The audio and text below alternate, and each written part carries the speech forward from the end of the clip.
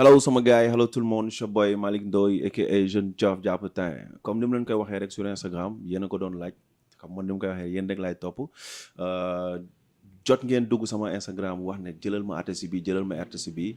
Jahman est revenu beaucoup de fois tey nag ma dem doxantu dem jëli ko Jahman ku ko xam ne benn artiste la boo xam ne il est engagé nekk ci groupe bi nga xamante ne mooy Express te Express yàgg nañ génne ay sons yoo xamante ne c'est des sons engagés depuis sama baat man son boobu daf may gaañ daf mu ko fiil te loolu engagement weesuwu ko ba tey en 2023 bëggoon nañ fi ñëwee ci yeneen anam mais tey dëkk bee ko laaj donc ñu ñëw waxtaane li nga xamante ne mooy situation actuelle du pays Jahman maa ngi lay nuyu di la ziar lan ngay nuyu ak internet yu Seneweb. waaw di la fay da Malick di nuyu ñi nga xamante ni ñoo ñëw seetaan émission bi yëpp di nuyu Sénégal donc di commencer aussi waxtaan bi si jaale Sénégal yëpp jaale ñi nga xamante ni ñoo ñàkk seen bakkan ci li nga xam ne moo fi jot a jàll di masawu tamit Sénégal ak képp foo mënti nekk nga nekk bitim réew nga nekk fii képp koo xamante ni tey y a un dénominateur commun qui te lie avec ce pays-là qui est notre cher pays le Sénégal donc maa ngi lay masawu di la jaale di ñaan suñ borom tamit delloo si fi jàmm parce que loolu lañ ñu xamee mooy xar kanam bi ñu yàgg a wane donc yàlla na ko suñ borom delloo si ci nu mu gën a gaawee donc di nuyu ñëpp di masawu ñëpp voilà. d'accord comme ni ma ko waxee rek ci introduction bi bëggoon nañ fi ñëwee ci yeneen anam mais nii la ko yàlla dogalee te Jahman yow bokk nga ci ñi njëkk a publier bokk nga ci artistes yi njëkk a publier wax ci situation bi tey boo amoon jàngat wala benn avis boo xamante ne moom ngay joxe ci 2 jours yi nga xamante ne moom la dëkk bi subir lan lay nekk. bon lu metti rek lu déplorable franchement parce que comme nu ma ko waxee rek moom dañu ne gétt su amee gan dafay dañ koy sentir donc je pense que li fi jot a xew lu bees la ci Sénégal loo xamante ni ñun xamuñu ko donc benn sénégalais xamu ko miinuñu ko lu ñu doon dégg la rek parce que da nga doon dégg sax ñu koy bàkkoo di wax ne ñun de ñu ngi si jàmm parce que Sénégal dëkk la boo xamante ni am na jàmm pays de la teranga ñuy wane xar kanam bu positif devant ci Afrique nekk exemple ci lépp donc li fi jot a jaar lu ñuy ñaawlu la ci côté yëpp parce que metti na ci gis-gis metti na si dundin metti na ci ñëpp tey foo mënti nekk si Sénégal gis nga ni ku ci nekk tey tout le monde peut savoir que le monde est tellement lié et que même su fekkee ne tey ñoo nekk Sénégal te duñ gisante sax donc li ñuy wax ay du yam ci bopp borom c'est tellement lié soo xoolee ce qui s'est passé actuellement il y a pas longtemps il y a eu des restrictions sur affaire internet bi la communication était un peu bafouée à un moment donné on n'était pas amatuñu woon capacité wu sax communiquer te communication nekk na loo xamante ni ci puissance yi la bokk li nga xam ne mooy sookalu société ci la bokk donc on n'a pas pu communiquer peut-être avec nos familles ñenn ñi nekk fii ak yooyu te ni ko sénégalais yi xamee donc juste pour dire que c'est tellement lié li dara mën na jóge fii dal ci ñëpp donc je pense que le Sénégal a quand même subi énormément de problèmes 2 jours yi ñu génn te ñëpp a ngi koy mettre lu ci 2 jours nga gis loo xamante ne mosoo ko gis Sénégal wala man mosuma ko gis personnellement comme ni ko waxee léegi nii selon yow lan moo poussé jeunes yi ñu génn façon boobu noonu. moi je dirais que envie la ak situation d'âge su ma la waxee envie ak situation moom mooy soo nekkee ndaw nekk si dëkk et que sa loxo jotul sa ginnaaw et que nga gis tey loo xamante ni jàpp nga ni yow sa biir bopp lii kat bokk na ci li tax man maa ngi def li ma war a def yëpp mais lii bokk na ci tey li tax mënaguma subvenir sama yenn besoins yi lii bokk na ci li tax maa ngi muñ di nekk ci yenn affaires yi mais tey ñu ngi dund ay situation yoo xamante ni du ma nangu kenn di ma ci yokkal dara moi je pense que li gën a pousser jeunes yi mooy ndaw ñi ñu ngi ci benn société boo xamante ni tout le monde le sait liggéey bi temewul noonu les jeunes ne travaillent pas donc ñu ngi gis tamit ñoo xamante ni seen ay moroomu jeunes lañ comme ñoom qui s'en sort avec d'autres moyens yoo xamante ni tey boo leen ko tegaloon duñ ko def donc muy nekk ci yeneen domaine donc tey envie boobu ñuy am ñoom pour mën a génn ci yenn problème yi ba pare di gis loo xamante ni mu ngi leen di xañ seen yenn liberté yi je pense que loolu moom moo gën a pousser nit ñi tey ñu génn révolte boobu. loo xamante ne moo leen di xañ liberté parce que ñu si bëri man taxaw seetlu bi ma def personnellement ñu bëri ne injustice la mais yow tey lan nga seetlu loo xamante ne c'est comme li nga xam ne ñu ngi leen di xañ seen yenn droit yi. boo xoolee Sénégal bokk na ci bu ñu génnee tuuti si ginnaaw dëkk yi nga xamante ni sentir nañ ne affaire immigration clandestine bi daf fi bëri donc pourquoi tey la question qu'on doit se poser moom mooy lan moo tax dëkk bu mel nii dëkk Sénégal am benn population bu jeune et ñu am benn envie de coûte que coûte quitter ce beau pays par exemple soo demee si yenn ambassades yi tu vois que des jeunes yoo xamante ni ñoom ñoo fiy quitter di dem ci yeneen dëkk nous on a eu à voyager on sait ce qui se passe ailleurs on sait que c'est pas facile mais tey boo xoolee envie bi nga xamante ni jeunes yi ñu ngi koy am pour quitter dëkk bi pour dem ci yeneen dëkk loolu rek dafa lay wan a ticket sa bopp d'abord pourquoi des jeunes yu nekk fi Sénégal juddoo fi war fee tekkee tey ñuy am benn genre envie wu génn si dëkk bi parce que tey quoi qu'on puisse dire Sénégal dafa waroon nekk dëkk boo xamante ni nit mën na fi juddoo màggee fi tekkee fi comme yeneen dëkk donc man je dirais bien que problème mu situation moo tey poussé nit ñi. donc du politique. si dañuy topp nit wala. am na si mais tey li gën a tax mooy booy dañu sonn c'est ça. si am na si parce que li ko gën a indi je te dirais bien que ni loolu ci la parce que tamit munoo nekk fenn ñàkk ba pare di subir yenn injustice yi nga koy gis et tey cette injustice là je le dis pas moi wala du benn Malick Ndoye mais c'est tout le Sénégal ñoom ñoo constaté ndoo benn injustice boo xam ne nee na ñu ngi koy dund depuis un bon bout de temps ñëpp di ko gis et que muy yàq lu bëree bëri ñu taxaw tey na dañ fii lay yem depuis 2 ans ne ñoom fii lañ koy yemale parce que ñoom ñoo dëkk ci dëkk bi képp ku fi toog fii ngay muy président Macky Sall muy beneen président yi fi jot a jógee ñun ñoo la teg sa place bi nga nekk pour nga liggéeyal ñu donc tey amul benn affaire boo xamante ni war nañ la ko mën a permettre si ay compréhension wala si ak lu mu mënti doon que di la permettre nga ñuy teg benn injustice boo xamante ni suba dañ naan ok ñun de lii jaaroon na fi suñ kaw la dal parce que tey je me mets moi en tant que moi Diamane su amee benn sénégalais bu dund injustice c'est tout le Sénégal qui a vécu cette injustice parce que tey mënoon na ma dal te su ma dalee damay bëgg à ce que Sénégal yëpp ñëw sama ginnaaw taxawal ma jàppale ma parce que injustice baaxul ci dara injustice mooy le début de tout catastrophe si àdduna lépp luy xew ci injustice jóge ci injustice niñ koy fayoo wala niñ koy lijjantee mën na nekk ci loo xamante ni parce que la justice est là pour maintenir l'ordre donc suñ demee ba nga xamante ni ñi nga xamante ni ñoom la ñu war a maintenir ordre bi jàpp nañ ne liñ leen di teg waruñu koo tegoo parce que teguñu leen ko niñ leen ko war a tegee mooy indi injustice te injustice mooy indi révolte après révolte mooy indi li fi jot a jaar yëpp donc je te dirais pas que c'est pas un problème politique c'est carrément un problème politique parce que on est au Sénégal on se voile pas la face on sait ce qui se passe actuellement depuis 2 ans ñu ngi ci benn problème boo xamante ni ay nit ñàkk nañ ci seen bakkan ay nit tenir nañ ñu ci ay otage ñi ci waroon liggéey da ngay toog ay benn jour est-ce qu'on peut comprendre benn jour bu benn pays toog te liggéeyul économiquement comment ça pèse si suñu économie dëkk dañuy jàpp ne jour boobu la rek mais ça a des répercussions ci dans le long terme donc loolu yëpp mu nekk fi donc injustice boobu noonu fi am moo teguwaat ci kaw jeunes yi ngay ñuy wax muy suñ ñun ñëpp parce que c'est nos frères parce que comme ni ma la wax rek le monde est tellement lié su fekkee ne am na injustice bu tegu ci benn personne lambda ça se répercute si ñun ñëpp parce que tey benn Malick Ndoye mu ngi Seneweb di liggéey dignement di job son truc nekk soutien de famille si on ne travaille pas pour un bon bout de temps est-ce qu'il va pas le sentir il va le sentir donc tous les Sénégalais je pense que c'est une injustice boo xamante ni li ko dajale bëri na pour tënk mais xam naa ne jeunes yi coono bi bëri na ñàkk liggéey bi bëri na ba pare ñu am ay problème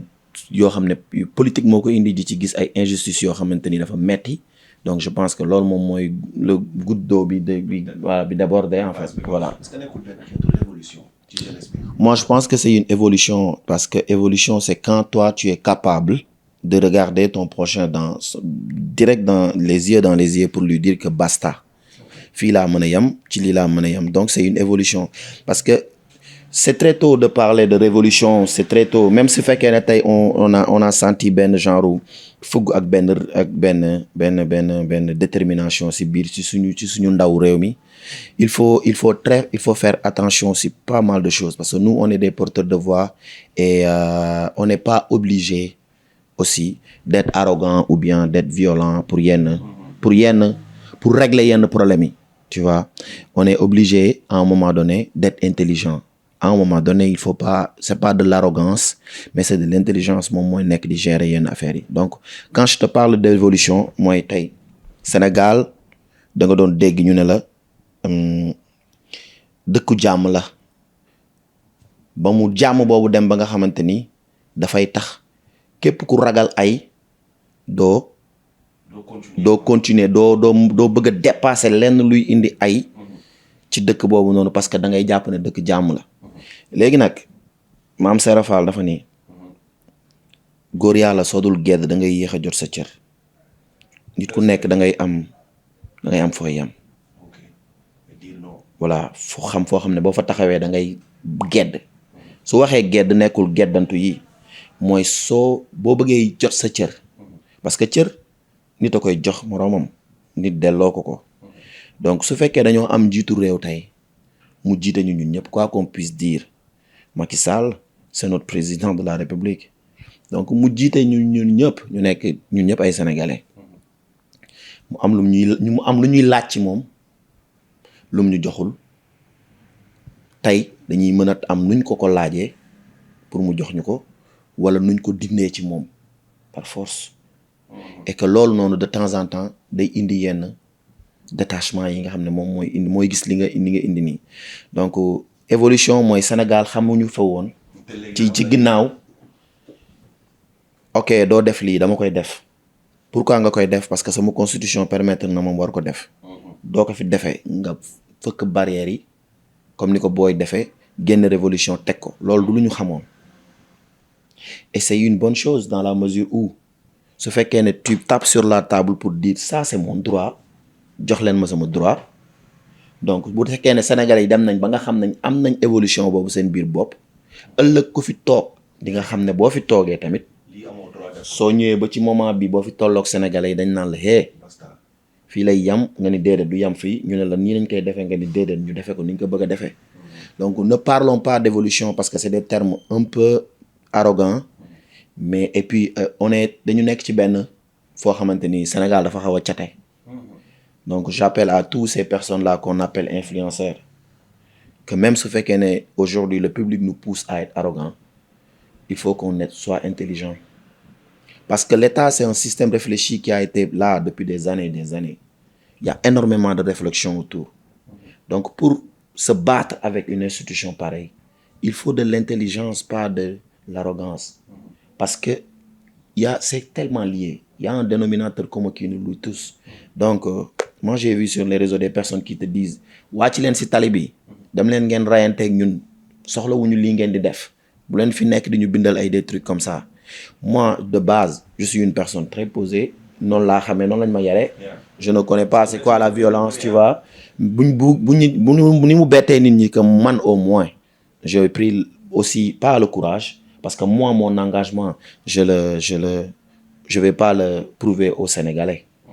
c'est un engagement personnel d'abord awma kenn ku ma bëgg a war a prouver que ni non je suis engagé coûte que coûte parce que la preuve le son qui est là en train d'être viral on l'a fait depuis 2 ans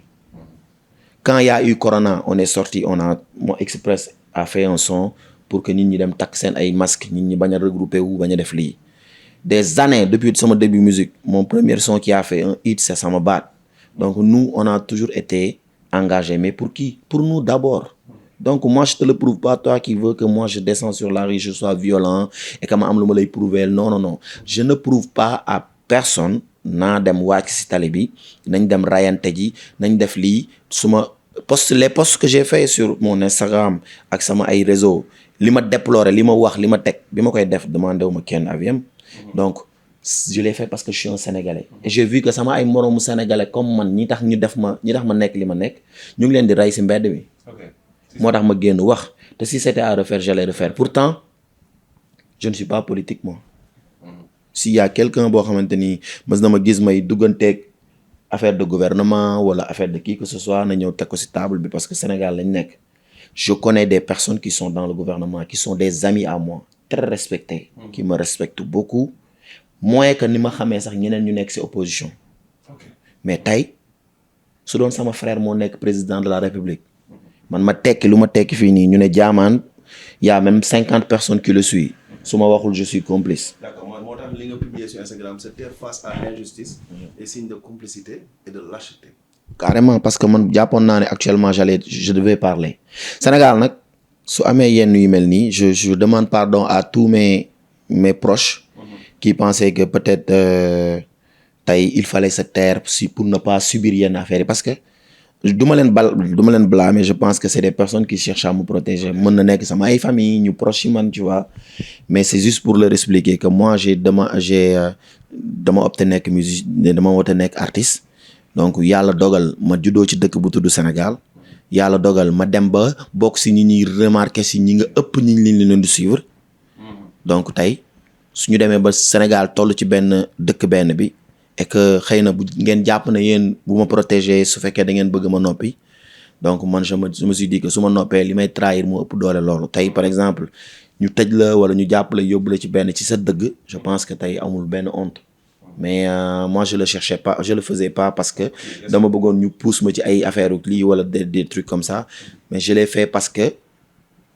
tey je pense que intérêt Sénégal la voilà et puis li ma gën a déplorer mooy quand moi j'ai vu des jeunes comme man ñu leen di rey ci télé bi quand moi j'ai vu à la télé man ma gisal ko sama bopp ay xale yu ñu jël teg leen comme ay bouclier humain c'était loolu man pour man je me suis dit mais Sénégal mu ngi dem ci beneen moment boo xamante ni je ne ferai pas partie de du ma bokk ci histoire bi ci ñi nga xamante ni je sais du ma bokk ci ñi noppi woon et quoi que ça peut me coûter en fait. Non, pas des menaces, mais comme je te dis, j'ai subi énormément de pression si nan laa mën a dindee yenn affaire yi ma def. Mon équipe bi nga xamante ni ci comme la ñu nekk UFL nekk di liggéey ak man xam nañ ne il fut un moment boo xamante ni on était un peu perturbé si yenn affaires yi est-ce que doo leen dindi lii ça c'est trop dire mais pour man lépp loo xamante ni yàq nañ ko Sénégal ñu ngi koy déplorer. Parce que yàqal nañ ay nit yoo xamante ni seen yoon nekku ci yàq nañ aussi lu ñuy defaraat et ça va nous prendre du temps ñu ngi koy déplorer mais lépp luñ mënti yàq benn dundu sénégalais moo ko ëpp valeur. mais mën nga ñëwaat tuuti ci pression yi nga doon ci dafa am ay nit yu la doon woo wala dafa am nu mu demee noonu. waaw j'ai vu des appels mes amis ils vont pas le nier des personnes yoo xam ne xam nañ ma. et qui me disent va retirer tel poste va retirer les postes parce que peut-être jàpp nañ xëy na ñoom bokk nañ ci benn camp et je le redis encore man je fais partie de benn camp bokkuma ci benn camp man camp Serigne Touba laa bokk ak peuple sénégalais basta gëwuma leneen ñi ngay xool di ma xam bu baax xam nañ ne bu dul loolu gëmuma beneen affaire mais peuple sénégalais bii nga xamante ni mooy suñu dénominateur commun te ci laa bokk te tey ñooñu def li ñu war a def ñooñu def li ñu doon tey ñoom lañ doon rey ñoom la ñuy rey ba léegi ñoom la ñuy bund xataal ñoom la ñuy puus ñoom la ñuy teg yenn injustice yi te man mën naa ci bokk su ma toogee ne dalul si man dalul si man damay xaar bam dal si man su dalee si man j'aurais besoin de nit waxal ma wu keneen ak keneen donc et je vais profiter de ça pour dire que le mot influenceur peut-être c'était nekk na lu yàgg valable ci ñëpp xëy na ñun mais je pense que les Sénégalais nous accordent beaucoup d'importance parce que tey le fait que may gis ñuy citer telle personne da nga war a waxoo ñu ne tu es complice waxoo ñu ne non on va désabonner sur ta page xëy na bokk naa si ñu njëkk a wax de mais je vais aussi parler pour ces personnes là parce que dañu nekk si benn ère boo xamante ni être influenceur c'est quoi dañu nekkoon ci moment yoo xam ne bu njëkk ba ak fi rap jógee c'était la voix des sans voix mais qui n'a pas de voix maintenant avec tout ce qui se passe TikTok qui n'a pas de voix la preuve ñëpp ay influenceurs pour loolu Macky Sall wala keneen koo xamante nii da ngay xeex pour que public bi respecte li nga def sooy dagg internet da ngay dem ci benn Malick Ndoye choisir ko dem ci benn Jaamaan dem ci benn Dip Doundou Guiss dem ci benn kii dagg seen internet bàyyi ñeneen ñi mais suñu demee ba nga xam ne affaire bi dem na ba nga xamante ni dañuy obligé couper internetu sénégalais yëpp ça veut dire que ni sénégalais bu nekk fi nga nekk derrière sa ginnaaw écran yaa ngi ci mën a bay waar bu nice mais su fekkee yaa ngi koy teg ci positivement je parle pas de ces personnes qui sont derrière de seen écran di pousse nit ñi pour ñuy saagante di def ci loolu déggoo lu ma la wax il faut ñu gën a intelligent affaire boobu. ban genre stratégie parce que tey artistes yi ma jël yëpp même chose lañ ma wax nañu war a xeexee intelligemment. parce que gars yi ñu ngi dem di toj yëfu jaamaan sax mun ngeen bokk xeex. parce que Serigne Touba dafa ne xare ka daw gañul kañu rey gañul soo dawee gañewoo suñ la reyee gañewoo mu ne jaloore borom da koy nettali Serigne Touba mooy koo xamante ni ma waxaat leen ngeen dégg parce que gis nga amul benn situation bu nekk ci Sénégal fi bu mu fiy jaar te Serigne Touba bindu ci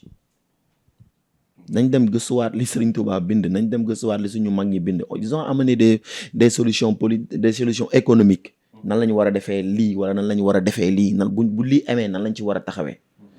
bu Serigne Touba di wax jaloore borom da koy nettali Serigne Touba bokk na si ñi nga xamante ni moo ne maa dem fii maa dem fële maa dem fii maa dem Gabon maa dem fii maa dem fii moo ko waxal boppam fii ñu bëri da nga leen fii gis tey ay Napoléon wala qui que ce soit ñun ñuy jàngal si ay kii dañ ñoo bindal li ñu wax Serigne Touba moo wax li mu def. donc lan nga bëgg a wax foofu li ma bëgg a wax foofu moom mooy pour ñi nga déggul moom mooy sooy xeex bañ jàpp la teg la fenn foo xam ne mënatoo xeex yow xeex bi nga doon xeex amatul sens parce que sa intelligence war na la mën a pousser à ce que nga dévier bépp dëgg sërëx moom mooy piège bu ñu la mën a teg pour que suba doo mën a xeex parce que xeex bi ngay xeexal sa population soo demee ci soo bu ñu la tëjee fenn boo waxee lu ci xeex boo waxee lu la téye ci loolu ba ñu jàpp la dugal la ci foo xamante ni population boobu noonu dootuñu la gis seen wet un de moins. donc li xew Sénégal tamit man mun naa am tamit beneen jàngat est-ce que nekkul les responsabilités sont partagées. mais bien sûr. l'opposition du pouvoir. Ouais. c'est partagé. mais bien sûr ku ci nekk am nga comme mooy li ma la wax rek y a un dénominateur commun qui nous lie c'est le Sénégal. opposition bi dañuy xeex pour jot ci nguur gi di xeex pour téye nguur gi donc xeex boobu dafa war a nekk en otage tamit. voilà donc tey ku ci nekk rek am nga ci sa part de responsabilité damay xeex pour jël dara nan laay xeexee pour jël ko damay xeex pour maintenir dara nan laay xeexee pour jël ko donc y a un truc déloyal boo xamante ni xëy na mën nañ ko gis ci yenn affaires yi et que ça a poussé à tout le monde ñu révolutionné wu même si aujourd'hui je ne suis pas de parti bi wala de parti bi mais je vois actuellement si je mens pas je vois benn genre attachement bu nit ñi am ci opposition bi pour ñi nga xam ne tey ñoo fi taxawal opposition bi muy est-ce que nekkul opposition bi mooy peuple bi jamono ji peut-être parce que tey soo xoolee la majorité ñi nga xam ne ñooy génn ci mbedd yi ñoo ëpp les forces de l'ordre je les salue de passage qui sont là pour maintenir l'ordre tey su ñu nee révolte am na ñu gis tey bu Sénégal jàkkaarloo woon ak Sénégal di xeex ak ay jeunes yu farfale ñiy far fii ñu jàkkaarloo di xeex mais tey ce qu'on a vu c'est que benn bloc bu def benn bloc di xeex ak benn système donc cette opposition c'est le peuple il faut le dire il faut pas se cacher si yenn wax yi yu fa loolu moo fi nekk te tey bu ñu suñu gisee li nga xam ne moom moo fi am je sens que y a une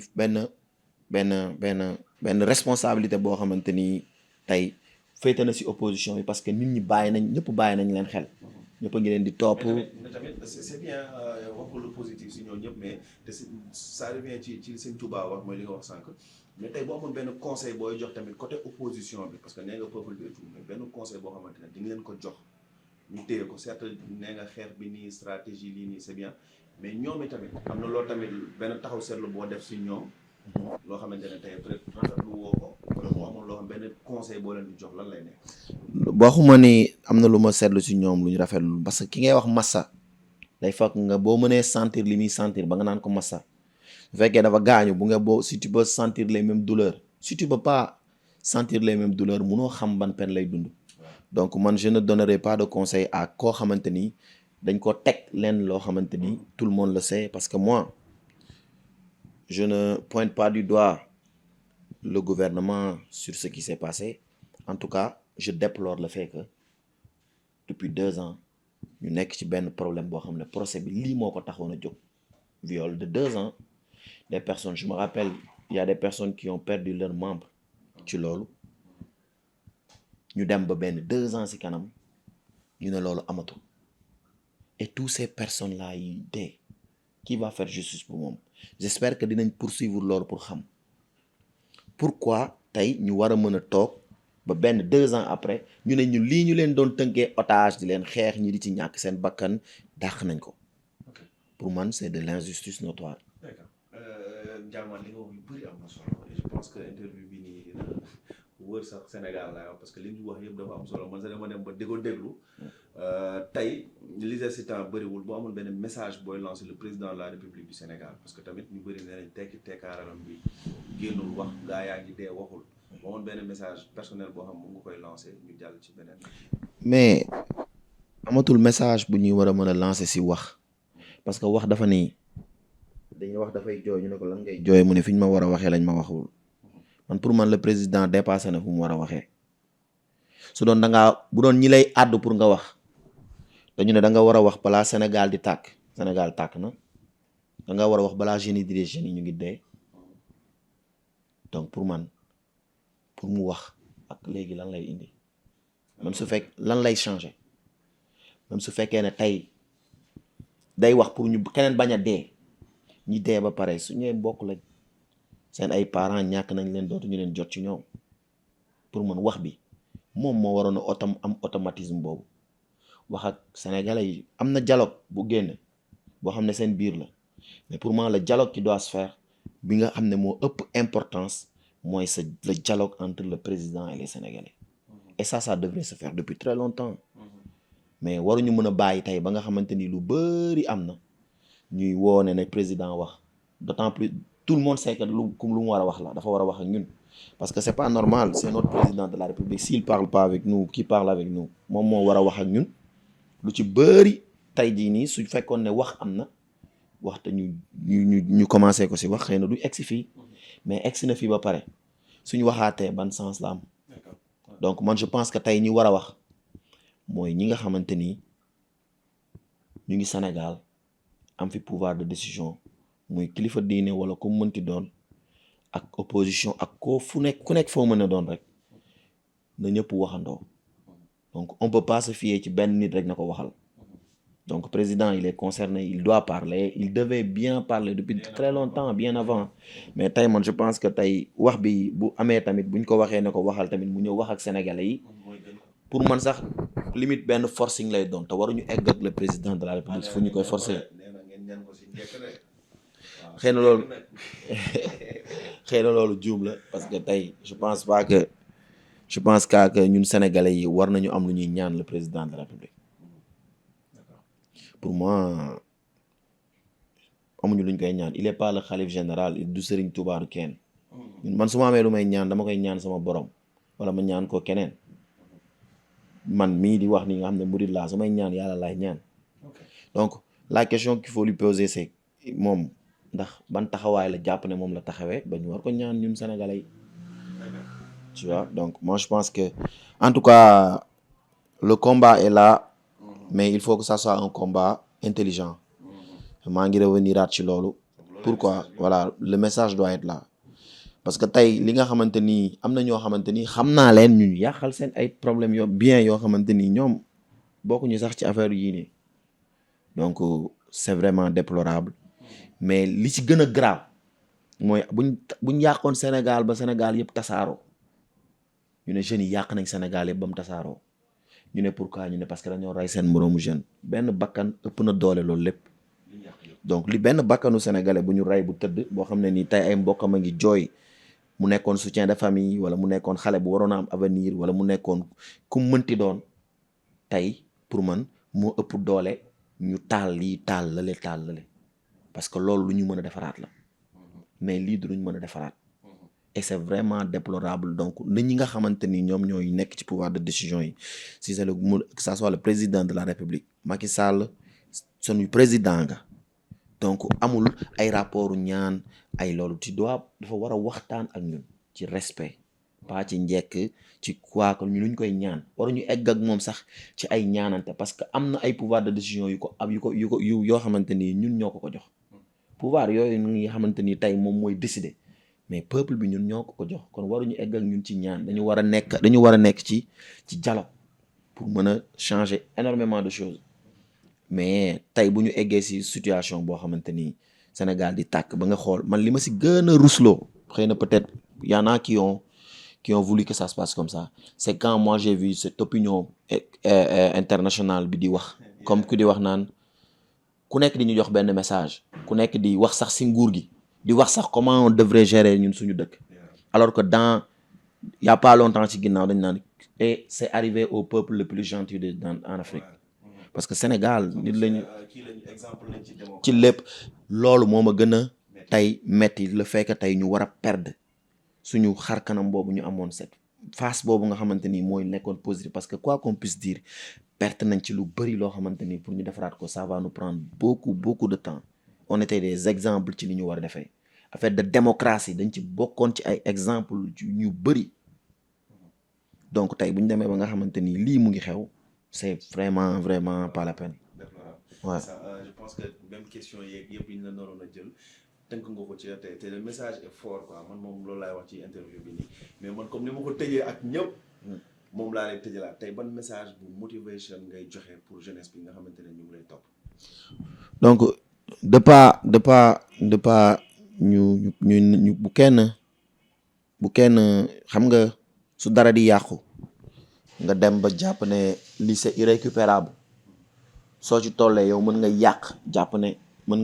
nga ne on s'en fout de toute façon yàqu na ba pare il y a plein d'espoir il y a de l'espoir qui se lit dans les yeux il y a de l'espoir partout Sénégal dëkk la boo xamante ni xëy na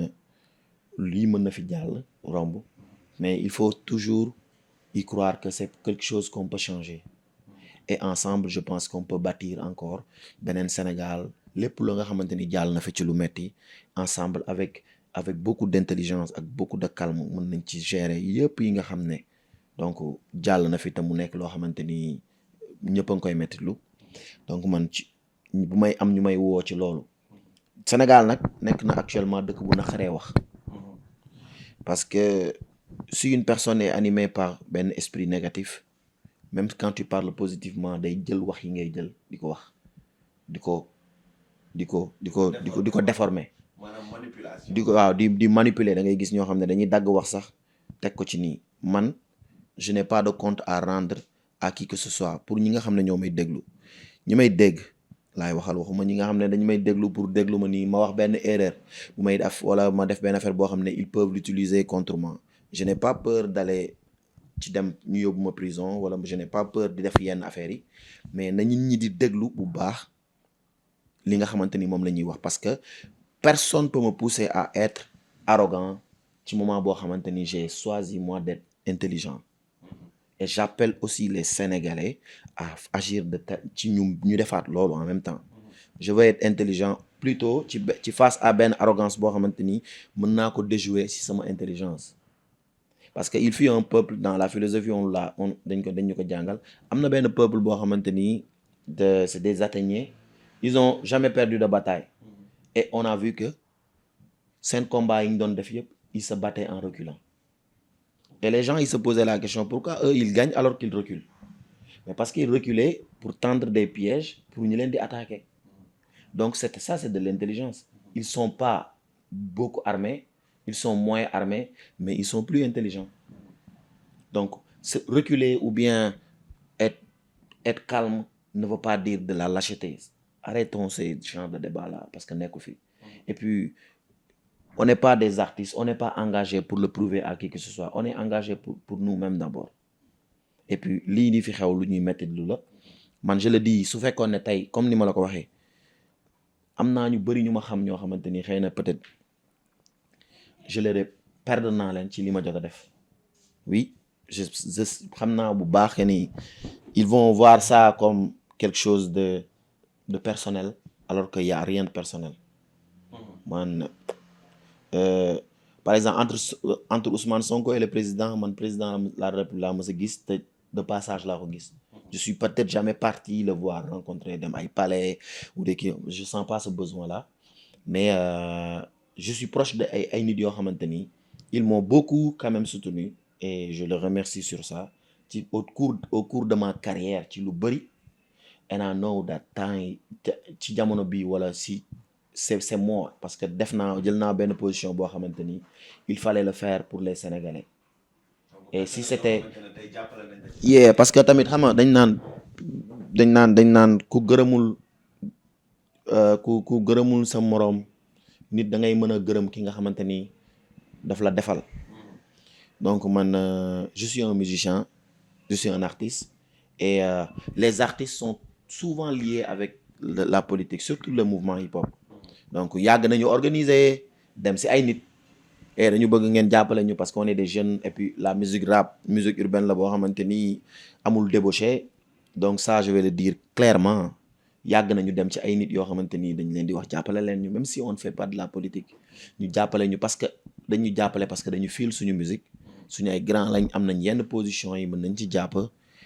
tey su Sénégal tollee ci yenn crise yi ñun ñu jël yenn position yi mën na indi frustration suñu diggante ak ñoom mais je leur dis juste que c'est pas un truc personnel c'est un truc boo xamante ni si c'était à refaire j'allais le faire si c'était suñu waroon a choisir entre ñoom ak le peuple sénégalais je vais choisir le peuple sénégalais après ma nekk si samay problème boobu gérer ko coow jiwul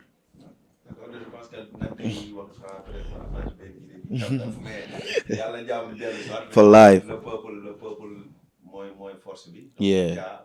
ñu ngi lay remercier Seneweb mu ngi lay jaajëfal. ñu kontaan bu baax si liggéey bu nice bi parce que pour man si gima lakandoo et que tey gis nañ ne même votre ligne communication bi ngeen di def vous l'avez braqué sur la situation actuelle du pays donc et je pense que tout le monde doit parler ak foo mënti nekk ak foo mënti bokk war nga wax et que tey su ngeen jëlee yéen seen communication braqué ko si loolu c'est que vous xam ngeen ne am ngeen rôle bu mag bu ngeen mën a jouer si business boobu noonu te il faut pas se taire il faut continuer de parler